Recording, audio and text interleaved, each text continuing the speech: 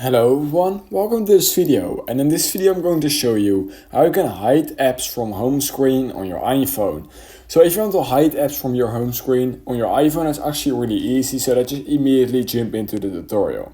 So literally all you need to do, for example, this app that we just got with the new iOS update, Freeform, I just don't really want to use it. So in order to actually remove it from the home screen, because Apple just placed it there, what I can simply do is I can hold down the app till this pops up, and then I don't want to actually remove the app. I can simply click on edit home screen, and literally then what I can simply do is click on this min plus or this minus plus right here, and then I can simply click on remove from home screen. And right now the app is gone from my home screen, as you guys can see. However, when I type in the Freeform app, we can see that it is actually still over on my iPhone, and that's because it's now moved to my app library, which you can simply find right here if you swipe all the way to the right on your home screen, or to the left, and then you will go to the right, of course. So that's how you can hide apps from your home screen on iPhone. If you learned something from this video, I'd highly appreciate it if you could like this video and subscribe to my channel.